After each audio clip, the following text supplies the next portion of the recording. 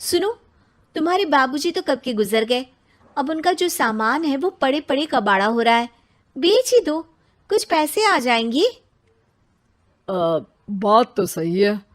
अगले संडे फुर्सत में यही करेंगे।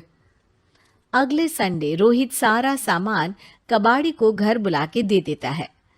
तभी उसकी नजर बाबूजी की पुरानी टीवी पर जाती है, जो इतने सालों तक कूड़े में पड़ी थी, फिर भी चमचमा रही थी। टीवी तो देखो, जैसे एकदम नई हो।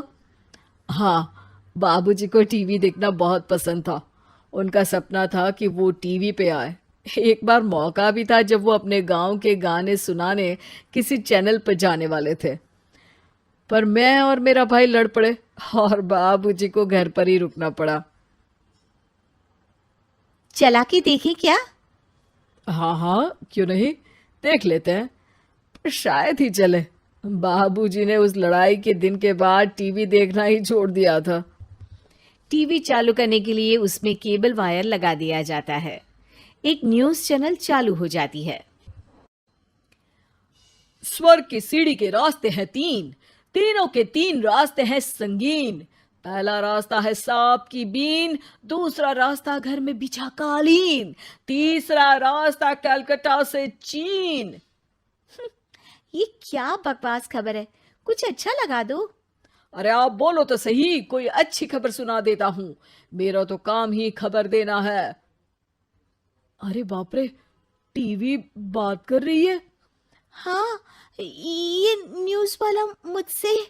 हाँ हाँ, आपसे ही तो बात करूंगा ना, आपके घर में हूं तो। अरे, ये सपना है क्या? तुम हमसे बात नहीं कर सकते? अरे सपना नहीं भाई साहब, ये टीवी जादुई टीवी है। बोलो, क्या खबर सुननी है, वरना ब्रेक लेने का टाइम आ जाएगा। सुप्रिया घबरा के टीवी बंद कर देती है। वो क्या था?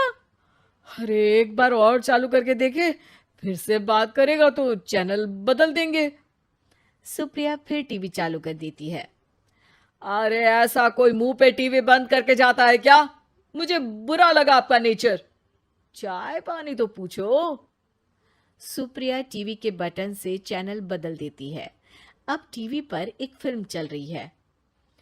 अरे, ये तो सूर्यवंशम है ना? हाँ, और ये ठाकुर को जहर की खीर दे दी और उसको पता भी नहीं है। ए भाई, खीर मत पीना, उसमें जहर है, मत पीना। ठीक है महाशय, जैसा आप कहें। हाँ। अरे, आपकी बात मान ली, पूरी पिक्चर ही अब तो बदल जाएगी। मतलब ये सच में जादुई टीवी है? तभी वहां कबाड़ी आ जाता है। भैया, टीवी के 150 रुपए दूंगा, चलेगा? अरे 1.5 करोड़ में भी ना दे तुमको ये टीवी हम। अरे, 1.5 करोड़ खरीदने को होते तो तुम्हारे घर में ये पानी चाय नहीं पीता, अंबानी या टाटा के घर बैठा कोल्ड कॉफी पीता।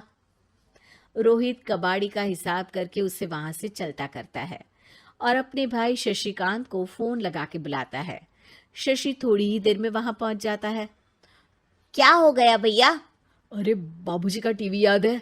हाँ हाँ, जिसमें घुसे रहते थे हमेशा वो, और अपने को कुछ नहीं देखने देते थे। अरे वो अब जादुई टीवी बन गया है।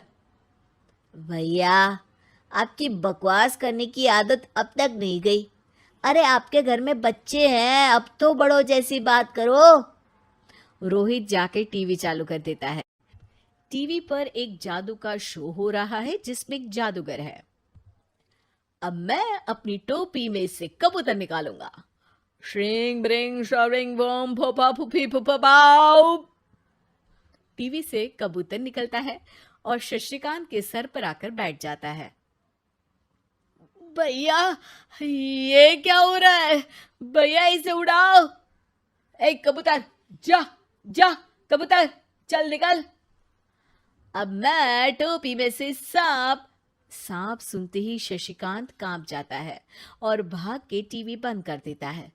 भैया, सॉरी भैया, मैं समझ गया ये सच में जादुई टीवी है, पर एक बार और ट्राई करते हैं। पर भाभी, कोई दूसरा चैनल लगाओ हाँ, जिसमें डर ना लगे। सुप्रिया टीवी चला देती है और न्यूज़ लगा देती है। अरे कितने दिनों बाद मुझे याद आया। बताइए क्या खबर सुनाओ। और ये नया आदमी कौन है? ये मेरा भाई है शशिकांत। ओह यस, वही है ना जिससे तुम लड़ लिए थे किसी बात पे और तुम्हारे बुढ़ाओ पिताजी गुस्सा हो गए थे और टीवी को संन्यास दे दिया था। हैं? तुमको कैसे पता ये सब? इस टीवी में रहने वाले आदमी से लेकर कबूतर तक को तुम्हारे बाबूजी और तुम्हारी बातें पता है, इसलिए तो ये जादुई टीवी है। ये टीवी क्या कर सकती है वैसे? तुम जो मांगो दे सकती है। कहानी बदल सकते हो, खबर बदल सकते हो, कोई चीज मांग सकते हो। अरे भैया, ये टीवी मैं लेके जा रहा हूँ। बाबूजी का लाडला तो मैं ही था ना। अरे ऐसे कैसे? मैं बड़ा बेटा था। अब तक मेरे घर में टीवी थी ना। अब तक कहाँ गए थे पिताजी के लाडले? तुम्हारी गलती का एहसास भी है। अरे भैया, ज्यादा ना बोलो वरना भूल गए आपके दांत तोड़ दिए थे मैंने उस लड़ाई में। मेरी बीवी के सामने मेरी बेइज्जती करता है। रुक। दोनों भाई हाथापाई पे उतर जाते हैं। रुक, बताता हूं तुझे कि कौन बड़ा है। अरे छोटे का दम तो देख लीजिए आप। ये खबर आपके बाबूजी को देता हूं। तभी टीवी अचानक बंद हो जाता है।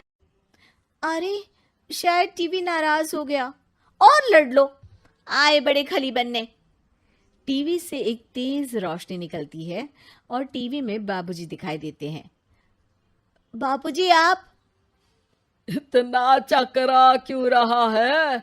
अपने बाप को नहीं पहचानता क्या? ये तो ऐसा ही है बाबूजी। प्रणाम बाबूजी। अरे चुप कर, तुम दोनों ही उल्टे हो।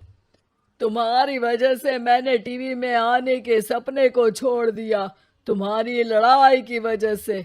और तो और, जितना मैं अपनी बीवी को नहीं देखता था उतना टीवी को देखता था, वो भी छोड़ दिया तुम दोनों की लड़ाई की वजह से। और अब मरने के बाद जब मैंने टीवी को जादुई टीवी बना दिया तो भी तुम इसका फल लेने की जगह लड़ रहे हो। अरे तुम तो लायक ही नहीं हो। अब तुमको बाबा जी का ठुल्लू भी नहीं मिलेगा। बाबूजी चले जाते हैं। टीवी बंद हो जाता है। रोहित और शशिकांत गिड़गिड़ा के टीवी के सामने हाथ जोड़ के बाबूजी को बुलाते हैं, पर टीवी सिर्फ धुआं निकालता रहता है।